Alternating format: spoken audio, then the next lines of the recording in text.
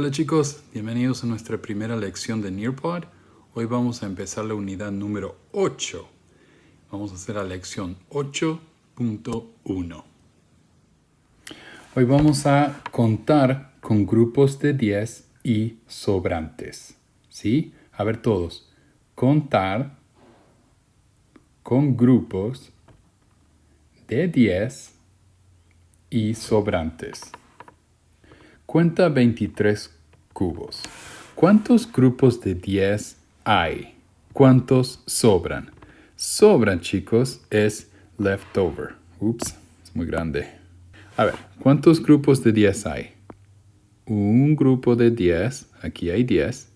Dos grupos de 10, aquí hay 10. Entonces hay 10, 20. ¿Cuántos sobran? 3. ¿Ves? Aquí está. Un grupo de 10, dos grupos de 10. ¿Cuántos sobran? 3. Entonces, 23 es dos grupos de 10 y 3 sobrantes. Vamos a poner unos cubos aquí. Tengo. Este es un grupo de 10. Aquí tenemos 1, 2, 3, 4, 5, 6, 7, 8, 9, 10. Un grupo de 10, dos grupos de 10, tres grupos de 10, cuatro grupos de 10, 5. Entonces, ¿cuántos hay? Hay 4 grupos de 10. 10, 20, 30, 40. 4 grupos de 10. ¿Cuántos sobrantes? ¿Cuántos leftovers? 1, 2, 3, 4, 5. 4 grupos de 10 y 5 sobrantes es igual a 45. Ok. Vamos a hacer otro problema. Ahora tengo un grupo de 10, dos grupos de 10, tres grupos de 10, 1, 2, 3, 4, 5, 6, 7, 8. Ok. ¿Cuántos grupos de 10 hay? 3.